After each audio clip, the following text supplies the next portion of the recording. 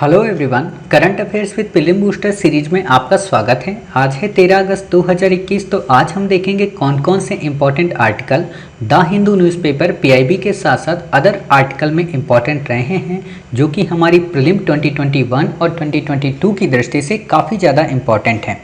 तो चलिए शुरू करते हैं। जैसा कि आप देख रहे हैं, आज है 13 अगस्त 2021। तो आज हम देखेंगे पीआईबी, हिंदू और करंट अफेयर्स में कौन कौन सी न्यूज़ इंपॉर्टेंट रही हैं।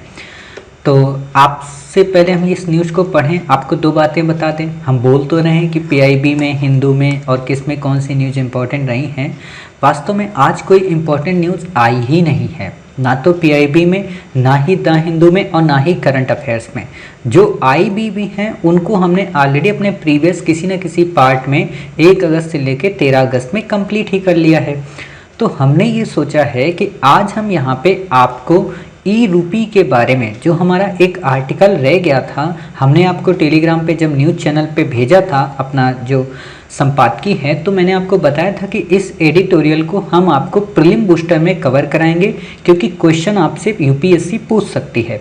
हालांकि ई रूपी के बारे में हमने आपको पहले भी बताया था, बट उसमें बहुत शॉर्ट में न्यूज़ दी गई थी। आज जो ये आया है, इसमें इतनी ज़्यादा न्यूज़ है कि हर एक लाइन पे आपसे क्वेश्चन पूछा जाएगा। ठीक है, तो हम पूरे एक कॉन्सेप्ट के साथ में इस आर्टिकल को कवर करेंगे। हो सकता है 20 से 22 मिनट, 25 मिनट लग जाएं, लेकिन ये मेरी गारंटी है कि इसके बाद आपको दुनिया की कोई भी क्लास, कोई भी वेबसाइट, कहीं पे भी किसी से भी कुछ भी पूछने की ज़रूरत नहीं पड़ेगी कि भाई साहब ई रुपये बता दो क्या होता है। ठीक है, तो उम्मीद है आप हमारी बातें समझ गए। तो देखते हैं आज का जो पहला आर्टिकल है, मतलब दो ही आर्टिकल हैं। पहला आपका जो आर्टिकल है वो है चुनाव आयोग के बारे में। लास्ट हमने कल आपको पढ़ाया था ना चुनाव आयोग के बारे में, तो आज स्पेशली फिर से चुनाव आयोग के चर्चा में रहा है, तो आपसे क्वेश्चन पूछा जा सकता है। ठीक है, क्या है ये? संघ एवं राज्य विधानसभाओं का चुनाव संपन्न कराता है। बिल्कुल सही बात है। आपसे क्वेश्चन पूछ लेगा कि चुनाव आयोग केवल संघ का चुनाव कराता है, तो बिल्कुल भी नहीं, राज्य विधानसभाओं का चुनाव भी यही कराता है। अच्छा, एक बात बताओ, पंचायतों का चुनाव कौन कराता है, और जो जिला पंचायत हैं या जो नगर पालिका हैं उनका चुनाव कौन कराता है? कमेंट बॉक्स में बताना। ठीक है, और एक बात और बताना, केंद्र शासित प्रदेशों में जहाँ पे विधानसभा होती है उसका चुनाव कौन कराता है। ठीक है, अब बात आती है, ये एक कॉन्स्टिट्यूशनल बॉडी है, संवैधानिक ये सही नहीं लिखा है, आपको ऐसे लिखना है। ठीक है, ये संवैधानिक। ठीक है, यहाँ पे बिंदी आएगी, माँ नहीं आएगी, बिंदी आएगी। ठीक है, यानी कि एक तरीके की कॉन्स्टिट्यूशनल बॉडी है और साथ ही स्वायत्त है। स्वायत्त का मतलब इस पर किसी का नियंत्रण नहीं है, मतलब सरकार इस बॉडी पे नियंत्रण नहीं करती है, ये अपने आप से पैसा जनरेट करती है। मतलब इसका अलग से एक फंड है, अलग से रेगुलेशन की इसकी अपनी बॉडी है, अपनी नियमावली है। ठीक है, ये लोकसभा का चुनाव कराती है, राज्यसभा का चुनाव कराती है, राज्य विधानसभाओं का कराती है, राष्ट्रपति का कराती है, उपराष्ट्रपति का, इतने लोगों का चुनाव संपन्न कराती है। क्या राज्यपाल का चुनाव कराती है? अरे बाबूजी, राज्यपाल का चुनाव ही नहीं होता है तो कौन कराता होगा। ठीक है, इंडियन कॉन्स्टिट्यूशन में भाग 15 में इसे शामिल किया गया है। आर्टिकल आपसे क्वेश्चन नहीं पूछेगा कि किस आर्टिकल में है, किस आर्टिकल में नहीं है, आपसे आर्टिकल नहीं याद करने होते हैं। ठीक है, वर्तमान में इसमें 3 मेंबर हैं, एक मुख्य निर्वाचन आयुक्त होता है और 2 अन्य आयुक्त होते हैं। ठीक है, 3 टोटल होते हैं, तीनों की पावर सेम होती है। जो डिसीजन होता है वो बहुमत के आधार पर लिया जाता है। बाकी डिटेल में जानकारी आप हमारी इंडियन पॉलिटी की 2.0 सीरीज में डिटेल से देख सकते हैं। ठीक है, इसके बाद है इसमें एक खास बात कि मूल रूप से इसमें केवल एक निर्वाचन आयुक्त था, अर्थात जब संविधान बना था तो उस समय जो निर्वाचन आयुक्त होता था वो केवल एक ही होता था, लेकिन 1998 के बाद से इसमें 3 कर दिए गए। ठीक है, बाकी आपको यहाँ पे कुछ भी याद रखने की ज़रूरत नहीं है। अब हम बात करते हैं अपने आज के सबसे मोस्ट इम्पॉर्टेंट और सबसे बड़े आर्टिकल के बारे में, ई रूपी वाउचर के बारे में। ठीक है, मैं ई रूपी वाउचर के बारे में आपको पढ़ाऊं, पूरी एक कहानी आपको बताऊं, इससे पहले मैं एक छोटी सी कहानी आपको सुनाना चाहता हूं। ठीक है, आप कहोगे सर हद होती है, प्रीलिम बूस्टर की क्लास है, समय का कम होता है आबादी, वैसे तो आप सुनाते रहते हो कहानियाँ, ठीक है, लेकिन इसमें कहानी की क्या ज़रूरत है? तो वास्तव में अगर आपने कहानी सुन ली और कहानी समझ ली तो ई रूपी वाउचर ना आपकी उंगलियों में घूमेगा। ठीक है, तो ध्यान से हम आपको बताते हैं क्या कहानी है। कहानी ये है कि जैसे मान लीजिए आप लोग जब कभी कहीं जाते हैं या आप जब मोबाइल रिचार्ज कराते हैं तो आप क्या करते हैं? जब आप आइडिया का रिचार्ज कराएंगे, ठीक है, अब तो आइडिया नहीं है, आइडिया वोडा आपस में ही मिल गया है, ठीक है, या आप एयरटेल का रिचार्ज कराएंगे तो आप क्या करेंगे, एयरटेल वाली दुकान में जाएंगे या किसी भी फ़ोन वाली दुकान में जाएंगे और उससे क्या कहेंगे कि भैया आप हमें एयरटेल का एक 50 रुपये वाला रिचार्ज कूपन दे दो। क्या कहोगे, रिचार्ज कूपन दे दो, ठीक। रिचार्ज कूपन क्या होता है, रिचार्ज कूपन जो होता है उस रिचार्ज कूपन को जो दुकानदार आपको दे रहा है उसने खरीदा होता है ना कंपनी से डायरेक्ट। मान लो वो 50 रुपए का रिचार्ज कूपन है तो उसने उससे खरीदा होगा 48 रुपए में, ठीक है, यानी कि उसने क्या किया, पैसा उसको कंपनी को पे कर दिया है और कंपनी ने उसी रिचार्ज कूपन में अपना पैसा पे रखा है, ठीक है। तो इस व्यक्ति ने इस रिचार्ज कूपन को खरीद लिया, उसी को बोलते हैं प्रीपेड, ठीक है, उसी को बोलते हैं प्रीपेड। पोस्टपेड क्या होता है, पोस्टपेड होता है कि आपने खूब बातें कर ली 1 महीने तक, 1 महीने के बाद आपका जो बिल आया वो होता है पोस्टपेड। जैसे आपके घर में जो बिजली का बिल आता है वो पोस्टपेड आता है, ठीक है, आपके घर में जो पानी का बिल आता है वो पोस्टपेड आता है। बाकी जो ये बिल होते हैं ये सब के सब प्रीपेड होते हैं, पहले से देने पड़ते हैं। जैसे टेलीविजन का आप रिचार्ज कराते हो, ठीक है, आप अपने टीवी का रिचार्ज कराते होगे, डिश टीवी का, एयरटेल टीवी का, तो उसमें क्या कराते हो, एक बात बताओ, अगर डिश टीवी का रिचार्ज है तो डिश टीवी को ही फोन करोगे ना, एयरटेल वाले का एयरटेल को ही करोगे, टाटा स्काई है तो टाटा स्काई को करोगे। ऐसा तो होगा नहीं कि एयरटेल वाले को फोन करोगे, अरे बाबूजी जरा टाटा स्काई पे रिचार्ज करना, नहीं करेगा वो, ठीक है। मतलब जिसकी जो सर्विस है उसी का आप रिचार्ज करवाएंगे। बिल्कुल वैसा ही आप 50 रुपए का एयरटेल का अगर रिचार्ज कराना चाहते हैं तो एयरटेल का ही कराएंगे।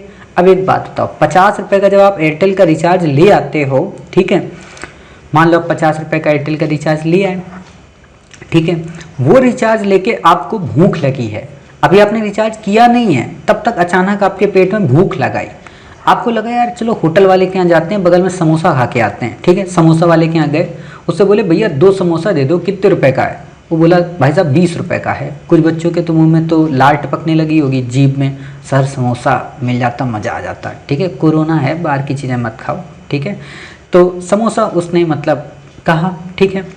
अब जब समोसा उसने दे दिया तो उसको वो 50 रुपए का रिचार्ज कूपन देगा तो क्या वो ले लेगा, नहीं लेगा, ठीक है। मतलब क्या हुआ कि वो 50 रुपए का रिचार्ज कूपन केवल और केवल किसके लिए बना था, एयरटेल के लिए। किसके लिए बना था, केवल मोबाइल में बात करने के लिए, वो किसी अन्य सेवा के लिए नहीं बना था, अर्थात उसका एक फिक्स सेवा थी। हाँ ये बात अलग है, आपका वो दोस्त है तो रख ले 50 रुपए का और अपना एयरटेल में रिचार्ज कर ले, वो बात अलग है, वो एक्सेप्शंस होते हैं, अपवादों की बात नहीं की जाती। लेकिन मोटे तौर पर यही है कि 50 रुपए का अगर रिचार्ज है, फोन का रिचार्ज है तो फोन में ही उपयोग होगा, ठीक है, टीवी का रिचार्ज है तो टीवी में ही उपयोग होगा, ठीक है, मेट्रो कार्ड है तो मेट्रो कार्ड में ही चलेगा, उसको आप रेलवे में यूज नहीं कर सकते, ठीक है ना। एटीएम कार्ड है वो एटीएम में ही चलेगा, वो रेलवे में यूज नहीं होगा। बिल्कुल सेम टू सेम यही चीज ई रूपी बाउचर की है, समझ गए। ई रूपी बाउचर क्या बाउचर है, ई रूपी बाउचर में सरकार ने या कहें कि एनपीसीआई ने क्या किया है, उसने जितनी भी देश में सेवाएं होती हैं, ध्यान देना मेरी बात को, देश में जितनी भी सेवाएं हैं, जैसे मान लो रिचार्ज टीवी के, ठीक है, जैसे मान लो मोबाइल रिचार्ज की, ठीक है, जैसे मान लो दुकानदार से शॉपिंग की, ठीक है, जैसे मान लो हेल्थ की, है ना, जितनी भी सर्विसेज हैं पूरे देश में, उन सभी सर्विसेज से रिलेटेड इसने अलग अलग बाउचर बना दिए, ठीक है। 50 रुपए का बाउचर सब्जी खरीदने के लिए, 50 रुपए का बाउचर, ठीक है, रिचार्ज कराने के लिए, 50 रुपए का बाउचर हेल्थ इंफ्रास्ट्रक्चर के लिए या मतलब दवा लेने के लिए, 50 रुपए का बाउचर, ठीक है, पानी पीने के लिए, ऐसे इसने बना दिए अलग अलग, ठीक है, ध्यान देना मेरी बात को। 50 रुपए का बाउचर दान देने वाले के लिए, ठीक। अब यहाँ पे ध्यान दो, अगर आपने दान देने वाले को दान वाला ही बाउचर दिया, ठीक है, तो वो दान में ही जाएगा। ऐसा नहीं है कि जिसको आपने 50 रुपए का बाउचर दान वाला दिया है तो दान वाला जाके पानी की बोतल पी ले, बिल्कुल भी नहीं कर सकता। दान वाला बाउचर केवल दान वाले के लिए जाएगा, हेल्थ वाला बाउचर केवल हेल्थ वाला ही यूज कर पाएगा, सब्जी वाला बाउचर केवल सर्विस सब्जी वाला यूज कर पाएगा। मतलब क्या है कि हर एक चीज की कैटेगराइज कर दिया गया। अभी हमारा जो रुपया होता है 100 का नोट होता है, इसका आप कुछ भी कर लो, चाहे हवा में उड़ा दो, चाहे इसके दारू खरीद लो एक बोतल, मतलब आप लोग नहीं पीते होंगे, मान लो चाहे 100 रुपए की चाउमीन खा लो, चाहे मैगी खा लो, चाहे जैगी खा लो, चाहे पिज्जा खा लो, चाहे मोमोज खा लो, चाहे बर्गर खा लो, कुछ भी मंगा सकते हो। मतलब इस 100 रुपए में आपके पास ऑप्शन होते हैं, लेकिन रुपी वाउचर में ऑप्शन तो होते हैं लेकिन उसी सर्विस के लिए जिसको आप परचेज करते हो, ठीक है ना। मतलब अगर आपने एजुकेशन के लिए अगर कोई चीज किया तो वो एजुकेशन में ही खर्च होगा। एक एग्जांपल आपको बताएं, आपने अपने जीवन में कभी बनवाया होगा क्या, डीडी, डिमांड ड्राफ्ट, ठीक है। आप जब भी किसी यूनिवर्सिटी में पढ़ने गए होंगे तो वहाँ पे जो पैसा लिया जाता है डायरेक्ट फीस नहीं जमा की जाती, आपके यहाँ हो सकता है की जाती हो, लेकिन वो डीडी के रूप में ली जाती है कि आप फलाने बैंक से या कहीं से भी हमारे प्राचार्य महोदया के लिए डीडी बनवाएं। मान लो आपका 1700 या 1600 कुछ फीस हुई तो वो 1600 का एक बैंक डीडी बनाती है, ठीक है। जो बैंक वो डीडी बनाती है तो वो एक पेपर दे दिया, आपसे उसने कैश ले लिया, ठीक है। आपसे कैश लेने के बाद वो डीडी आपको दे दी, एक पत्र दे दिया, ठीक। वो पत्र जाके आप उस यूनिवर्सिटी में लगा देंगे, ठीक है। वो यूनिवर्सिटी वाला वो पत्र देखेगा, उसका नंबर नोट कर लेगा, उसके अकाउंट में पैसा चला गया होगा, ठीक है। मतलब भ्रष्टाचार कम हो जाता है। बिल्कुल सेम टू सेम ई रूपी वाउचर वही डीडी का एक रूप है। अब ये बात अलग है, डीडी में क्या होता है कि हर तरीके की डीडी बनवाई जा सकती है। रूपी वाउचर में क्या है कि इसमें इंटरनेट बैंकिंग की सुविधा की जरूरत नहीं है, इसमें इंटरनेट बैंकिंग चाहिए, उसमें इंटरनेट बैंकिंग नहीं चाहिए, ठीक है। उसमें ई रूपी वाउचर में क्या है, नाम से ई रूपी है लेकिन इस पे एसएमएस की सुविधा है, क्यूआर कोड की सुविधा है। इसमें आप बिना डिजिटल कार्ड के, बिना इंटरनेट बैंकिंग के भी अपनी सर्विसेज का लुत्फ उठा सकते हैं, ठीक है। इतनी कहानी आप समझ गए। अब एक एक लाइन को हम पढ़ते जाएंगे, कहाँ पे यूपीएससी आपसे क्वेश्चन पूछ सकती है वो भी आपको बताते जाएंगे, ठीक है।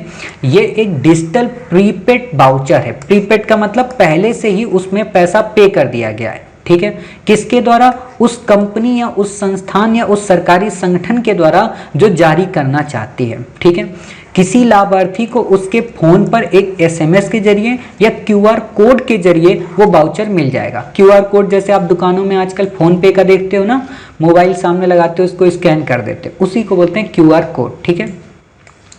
जिस उद्देश्य के लिए जारी किया जाएगा उससे संबंधित अधिकृत केंद्र पर ही इसे भुनाया जा सकता है। इसका क्या मतलब हुआ, इसका मतलब ये हुआ कि मान लो अगर उद्देश्य ये जारी किया गया है कि फलाना हॉस्पिटल में, ठीक है, फलाना, अरे आप लोग देखते होंगे, छोटी सी बात मैं कहूँ, वाउचर आपको वहाँ मिलता है किसमें, फोन पे में, हमेशा देखते हो ना, स्क्रैच द वाउचर, फलाना ये वाउचर मिला, वो वाउचर मिला। तो उसमें क्या होता है, फ्लिपकार्ट का अगर आपको वाउचर मिला तो फ्लिपकार्ट में उपयोग करोगे ना, कहीं और थोड़ा ना करोगे। मैसेज और क्यूआर कोड के रूप में वो आता है, आपको वो कोड दे दिया जाता है, ठीक है, लेकिन उसमें इंटरनेट होता है, बस इसीलिए डिफरेंस है उसमें, ठीक है।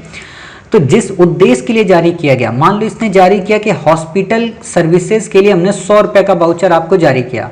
आप गए उस कंपनी के पास कि बाबूजी मेरी अम्मा बीमार हैं तो 100 रुपए का मुझे रिचार्ज दे दो, 100 रुपए का हेल्थ सर्विस मुझे दवा लानी है, ठीक है। आप गए, कंपनी वाला सोचा अच्छा दवा लाएगा, तो उसने फटाक से दवा वाला 100 रुपए का कूपन दे दिया। अब दवा ही ला सकते हो, दारू नहीं ला सकते हो, ठीक है। तो या तो दवा लाओ, अब दवा कहाँ लाओगे, उन्हीं हॉस्पिटल से। तो सरकार ने कोशिश की है कि एनपीसीआई ने मतलब हर एक हॉस्पिटल को जोड़ा जाए, ठीक है। तो कोशिश की जा रही, अभी जोड़ी जा रही सर्विसेज, मतलब अभी शुरुआत है इस चीज़ की, ठीक है। तो एक तो ये बात आप समझ गए कि उन्हीं केंद्रों से जहाँ पे उन्हें रजिस्टर्ड किया जाएगा, मतलब सब जगह से आप नहीं कर सकते। यूपीएससी दे देगा कि कहीं से भी आप उन्हें भुना सकते हैं, बिल्कुल भी नहीं। कोई लाला की दुकान है क्या कि कहीं पे हम भुगतान कर सकते हैं, बिल्कुल भी नहीं, ठीक है। फिर क्या है, किसी एक सेवा के लिए मिले वाउचर का इस्तेमाल किसी अन्य सेवा के लिए नहीं किया जा सकता। मतलब दारू के लिए मिले हुए वाउचर का भुगतान आप दवा के लिए नहीं कर सकते, ना ही आप शिक्षा में मिला जो भुगतान है उसे स्वास्थ्य के लिए कर सकते, ठीक है। तो इतनी बातें समझ गए। अगर रिचार्ज के लिए है एयरटेल का तो एयरटेल का ही बाबूजी रिचार्ज होगा, अगर वोडा का रिचार्ज है तो वोडा का ही होगा, अगर टीवी का रिचार्ज है तो टीवी का, मेट्रो का है तो मेट्रो का, ठीक है। मतलब स्पेसिफिक सर्विस वाइज है, ठीक है। खास बात क्या है कि इसे भी एनपीसीआई ने डेवलप किया है। आपको पता होना चाहिए कि एनपीसीआई ने ही भीम और यूपीआई ऐप को डेवलप किया था, ठीक है।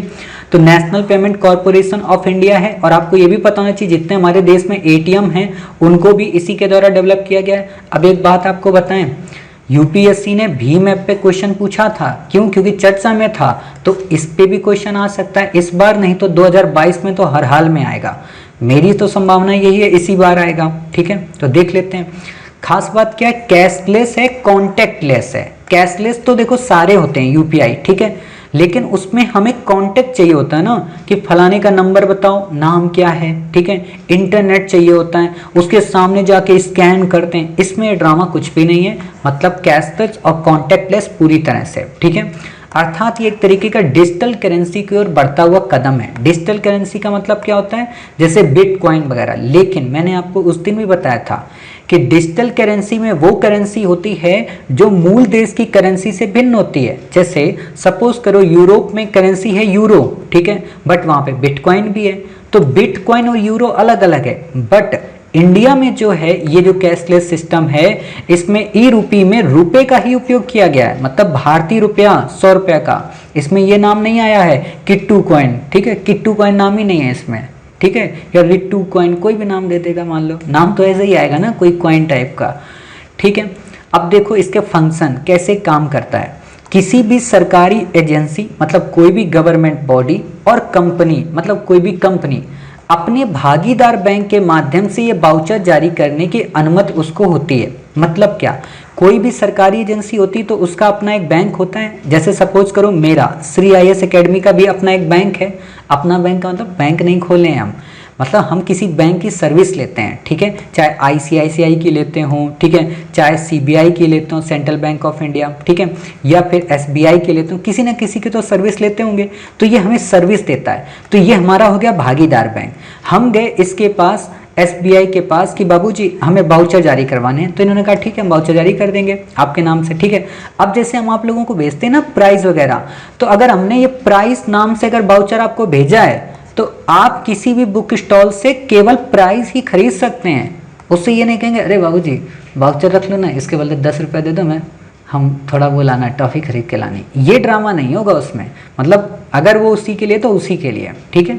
तो वाउचर जारी करने की अनुमति होगी इसमें उसी बैंक को जिसको आप चुनेंगे, ठीक है। कंपनी किसी निश्चित कार्य के लिए निश्चित राशि का ही वाउचर पैक के माध्यम से जारी करेगी। मतलब निश्चित राशि, अगर 100 रुपये देने तो 100 रुपये, किस चीज के लिए, सेवा के लिए, किस सेवा के लिए, हेल्थ के लिए, तो हेल्थ में ही होगा, फूड नहीं होगा वहां पे, ठीक है। तो एक बात ये समझ गए। दूसरी बात, संबंधित सेवा या कार्य के बाद मूल्य चुकाते समय लाभार्थी वाउचर से भुगतान कर सकेंगे। मतलब जो भी सेवा उन्होंने ली है, मान लो उन्होंने अपोलो हॉस्पिटल में, ठीक है, या फोर्टिस हॉस्पिटल में सुविधा कोई ली है, ठीक है। अब एनपीसीआई ने ऑलरेडी फोर्टिस को कह रखा है कि आप हमारे वाउचर एक्सेप्ट कर लेना, तो फोर्टिस ने कहा ठीक है। तो अब आप क्या करेंगे, फोर्टिस हॉस्पिटल में जाएंगे तो उससे ये नहीं कहेंगे बाबूजी 5 लाख का वाउचर था, एक काम करो 4,80,000 हमें दे दो कैश में। ऐसा नहीं हो सकता है, ठीक है। केवल उसी सेवा, उसी कार्य के बदले में ही आप वहाँ पे भुगतान कर सकेंगे, आपको कैश नहीं मिलेगा। मतलब वाउचर बुनाते समय आप वहाँ से कैश नहीं ले सकते हैं, ठीक है। ये काफ़ी इंपॉर्टेंट बात है। खास बात, जब आप वाउचर भुनाएंगे तो वह राशि संबंधित केंद्र के खाते में पहुंच जाएगी। मतलब जैसे मान लो आपने फोर्टिस से सुविधा ली, ठीक है, तो फोर्टिस के अकाउंट में वो अपने आप पहुंच जाएगी, ठीक है। तो बाकी आपको यहाँ पे याद रखने की कुछ भी ज़रूरत नहीं है। क्लियर? तो इतनी बातें हो गई। खास बात क्या है कि एनपीसीआई ने सारी बैंकों को अनुमति दी है? बिल्कुल भी नहीं, अभी केवल 11 बैंकों को अनुमति है। काउंटिंग आपसे नहीं पूछेगा, लेकिन आपको ये जरूर देगा कि एनपीसीआई ने सभी बैंकों को ई रूपी लेन देन के लिए भागीदार बनाया है। पागल है क्या एनपीसीआई? उसको भी पता है कल को डूब जाएगा बैंक, कोई वैसा होगा तो, ठीक है ना। तो 11 बैंकों को, क्यों? क्योंकि चेक कर रहा है ना भाई, ई रूपी का मतलब क्या हुआ, बैंक अपनी तरफ से आरबीआई बन नहीं है, तो सोच समझ के ही किया जाएगा ना। नहीं तो कोई भी बैंक कुछ भी डालते रहेगी, लिख देगी 100 रुपये का देखो 3 लाख वाउचर हमने छाप दिए, है ना। तो फिर यहाँ पे वही प्रॉब्लम आ जाएगी, मुद्रास्फीति वाली। वो पढ़ाएंगे इकोनॉमी में, इस कॉन्सेप्ट को हम इकोनॉमी में भी इन्वॉल्व करेंगे, ठीक है। तब आपको और अच्छे से एक बार चीज़ें रिपीट होंगी और अच्छे से आपको समझ में आएंगी, ठीक है। तो ये समझ गए, ई रूपी लेन देन का मतलब 11 बैंकों से अभी तक साझेदारी की है। खास बात, ई रूपी वन टाइम उपयोग का बना वाउचर है, मतलब एक बार आपने अगर एयरटेल को रिचार्ज को उंगली से घिस दिया, घिसने के बाद उसके कोड डाल के अपना रिचार्ज कर लिया, फिर आप उसको चाहे रोड में फेंको चाहे फाड़ के फेंको, कोई दिक्कत नहीं है, उसका दोबारा कोई रिचार्ज कर ही नहीं पाएगा। ठीक है, तो ये एक तरीके का वन टाइम उपयोग का बना हुआ सिस्टम है। ठीक, अब खास बात क्या है कि बिना किसी कार्ड के, बिना किसी डिजिटल पेमेंट के, बिना किसी डिजिटल पेमेंट ऐप के, बिना किसी इंटरनेट बैंकिंग के आप इसका बेहिचक धड़ल्ले से उपयोग कर सकते हैं। ठीक है, मतलब ये जानते हो क्यों है, थोड़ी बुद्धि ऐसे भी लगाया करो। आज भी हम एक बात बताओ, मोदी जी रेडियो पे मन की बात क्यों कहते हैं? उनको पता है कि अभी भी हमारे देश में कहीं पे बिजली पूरी तरह से नहीं पहुंच पाई है।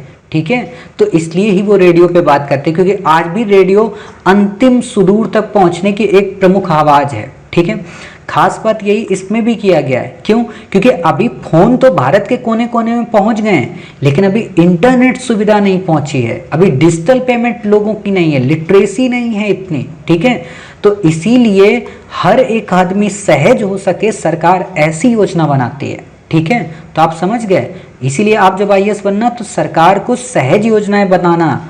जैसे मैं आपको इसीलिए तो कहता हूँ क्वेश्चन आंसर में वो उत्तर दिया करो, वो सुझाव दिया करो जो सहज हो, ऐसे मत दो हाँ भारत को पाकिस्तान पर अटैक कर देना चाहिए, कैसे कर देगा, है ना?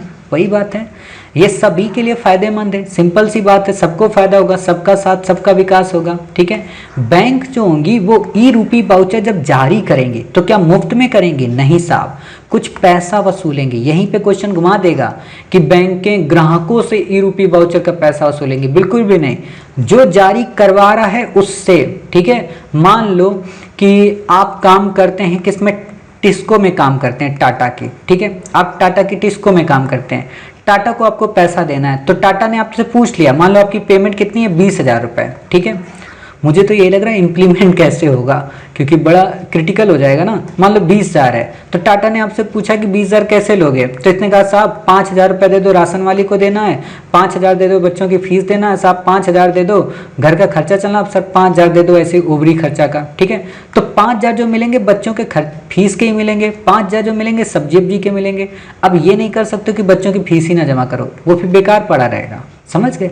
तो इसमें बहुत सारी चीजें हैं। ठीक, तो जो पैसा वसूला जाएगा वो टाटा से लिया जाएगा। कितना लिया जाएगा? अगर टिस्को 1,000 रुपये का वाउचर जारी करवाती है तो उससे 2 रुपये लिया जाएगा। ठीक है, 1,000 से 2,000 का करवाती है तो 5 रुपये लिया जाएगा। अब एक बात बताओ, 1,000 का जब हमारा नोट छपता है तो क्या 2 रुपये कॉस्ट आती है? बिल्कुल भी नहीं, लगभग 20 से 30 रुपये कॉस्ट आती है। ठीक है, तो ये हमारे 18 रुपये बचेंगे, समझ रहे हो? सरकार इसलिए भी ये कर रही है। उदाहरण वही मैंने आपको बताया कि अगर शिक्षा में आपको दान देना है तो शिक्षा में ही दोगे, मंदिर में नहीं दे सकते हो, ना ही शराब में दे सकते हो। आपने देखा होगा ना, कई सारे बाबा आते हैं चंदा के नाम, अल्लाह के नाम पे दे दे बाबा, अल्लाह के नाम पे दे दे बाबा, बेटी भूखी है, बेटा भूखा है, दे दे बेटा, दे दे बेटा, है ना? ऐसे करते रहते हैं ना। आप सोचोगे सर आप भिखारी भी थे क्या? समझ लो भिखारी ही थे, मंदिर में भिक्षा भी मांगते थे। ठीक है, तो उसमें क्या होता है कि हम बड़े भावुक होते हैं ना, अरे यार दे दे यार 10 रुपये दे दो, तो वो क्या करता है 10-10 रुपए करके सबसे ले लिया, बाद में जाके रात में चरस गांजा हेरोइन सब पीता है। ठीक है, फिर सुबह चंदन लगाया, तिलक लगाया, बढ़िया केसरिया अपने ऊपर ओढ़ा, ठीक है, भगवा चोला और निकल पड़ा बन के स्वामी विवेकानंद। ठीक है, फिर मांगने लगा, तो आपको लगा अरे यार सज्जन आदमी साधु, इस प्रवृत्ति से बचा जाएगा। अगर दान में देना है तो वो बेचारा फिर उसी मंदिर में यूज कर पाएगा।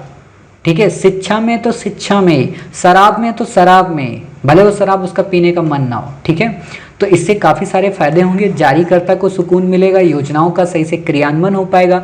सिंपल सी बात है, अगर सरकार ने उज्ज्वला योजना के लिए सब्सिडी जारी की है तो उज्ज्वला ही में उपयोग कर सकते हो, बाकी कहीं नहीं कर सकते हो। जैसे आज भी आप देखते होंगे ना कि ओपन डेफिकेशन के लिए सरकार ने मान लो पैसा दिया टॉयलेट बनवाने का, तो लोग क्या करते हैं, टॉयलेट पहले से बना है, ठीक है, वो पैसा अपना घर में उड़ाते हैं। तो ऐसा नहीं होगा, अगर टॉयलेट का पैसा तो टॉयलेट में ही खर्च होगा, सरिया सीमेंट गिट्टी वाले के यहाँ ही आप वो पैसा उपयोग कर सकते हैं। ठीक है, तुरंत भुगतान की गारंटी, मतलब मैसेज आया तुरंत ऑन द स्पॉट भुगतान, कोई सर्वर की प्रॉब्लम नहीं, कोई दिक्कत नहीं। ठीक है, टीकाकरण में लाभ होगा। अभी सरकार ने इस चीज़ पर विचार कर रही है कि जो हमारा इम्यूनाइजेशन सिस्टम या प्रोग्राम है, टीकाकरण है, वैक्सीनेशन का प्रोग्राम है, तो जितने भी हॉस्पिटल हैं, ठीक है, उनको सरकार जैसे सब्सिडी प्रोवाइड करा रही ना, जो भी दवाएं हैं सरकार की तरफ से लग रही तो फ्री लग रही, तो सरकार चाह रही कि पैसा तो सरकार का ही जा रहा, तो सरकार सभी हॉस्पिटल्स को वही वाउचर जारी कर देंगे और वो वाउचर कोई भी व्यक्ति ले किसी भी प्राइवेट या किसी भी सरकारी हॉस्पिटल में जाके टीकाकरण करवा ले, ठीक है। तो इससे सरकार के ऊपर बोझ कम होगा और प्राइवेट हॉस्पिटल का भी मतलब योगदान बढ़ जाएगा और सरकार का पैसा वहां पे लग जाएगा, ठीक है। तो इस चीज़ के लिए भी सरकार उपयोग कर रही है। उम्मीद है आप ई रूपी के बारे में सब कुछ समझ गए, कहाँ पे क्वेश्चन पूछा जा सकता है आप ये भी समझ गए, किस तरीके से क्वेश्चन पूछा जाएगा ये भी। तो एक बार हम क्विक एंड फास्ट मोड में इसके बारे में फिर से आपको एक बार बता देते हैं, ठीक है, ताकि आप इस चीज़ को अच्छे से कवर कर पाएँ, ठीक। तो एक बार हम आपको यहाँ पे एक एक बातें इसकी क्लियर कर देते हैं ताकि आपको गड़बड़ी ना हो, किसी प्रकार की कोई दिक्कत ना आए, ठीक है। आपसे जो पहला क्वेश्चन पूछेगा, ठीक है, वो यही पूछेगा क्या है, तो प्रीपेड है, क्या पोस्टपेड है, नहीं पोस्टपेड नहीं प्रीपेड है, कैसी सुविधाएं केवल एसएमएस और क्यूआर कोड की, क्या डिजिटल कार्ड या बैंकिंग इंटरनेट बैंकिंग जरूरी है, बिल्कुल भी जरूरी नहीं है, कौन जारी करेगा, वही जिसको जारी करना है केवल वहीं से प्राप्त कर सकता है जिसको ऑथराइज किया गया होगा, ठीक है, क्या इसमें नगद पेमेंट मिल सकती है, वापस नहीं मिल सकती है, क्या इसको एनपीसीआई रेगुलेट कर रहा है, बिल्कुल एनपीसीआई रेगुलेट कर रहा, क्या डिजिटल करेंसी की ओर बढ़ता कदम है, तो बिल्कुल है, क्या कैशलेस और कॉन्टेक्टलेस है, बिल्कुल है, क्या किसी भी सरकारी एजेंसी और कंपनी इसे सबके साथ जारी कर सकते हैं, बिल्कुल भी नहीं, जो उनका भागीदारी बैंक है केवल उन्हीं को जारी करने की अनुमति प्राप्त है, ठीक है, एक निश्चित राशि का एक निश्चित समय के लिए ही यह काम करता है, ठीक है, संबंधित सेवा के लिए कर सकते हो, क्या सभी सेवाओं के लिए एक ही वाउचर से काम चल सकता है, बिल्कुल भी नहीं, क्या ये वन टाइम पेमेंट मैकेनिज्म है, बिल्कुल ये वन टाइम पेमेंट मैकेनिज्म है, उसके बाद बेकार हो जाएगा, क्या एनपीसीआई ने सभी बैंकों को दिया, तो अभी तो बिल्कुल भी नहीं दिया, क्या वाउचर के बदले नगद मिलेगा, बिल्कुल भी नहीं मिलेगा, ठीक है। तो इतने तथ्य आपको इंपॉर्टेंट याद रखने हैं। क्या कार्ड डिजिटल, बिल्कुल भी नहीं अलाउ है, सभी के लिए फायदेमंद है, हाँ भाई साहब सभी के लिए फायदेमंद है, ठीक है। बैंक जो हैं वो जब जारी करेंगी तो क्या लोगों से कुछ पैसा लेंगी, लोगों से साफ पैसा नहीं लेंगी, जो जारी करवाएगा उससे बस थोड़ा सा पैसा वसूलेंगी, ठीक है, यानी कि जिसको हम पैसा देना चाहेंगे केवल उसी को पैसा मिलेगा। तो इस तरीके से आपने अपने सभी इंपॉर्टेंट फैक्ट जो हैं वो पूरे रिवाइज कर लिए। उम्मीद है आपको क्लास समझ में आ गई होगी, ठीक है। मिलते हैं अपने 14 अगस्त के कुछ इंपॉर्टेंट आर्टिकल के साथ में, कुछ इंपॉर्टेंट घटनाओं के साथ में। तब तक अपना ख्याल रखिए। जय हिंद, जय भारत।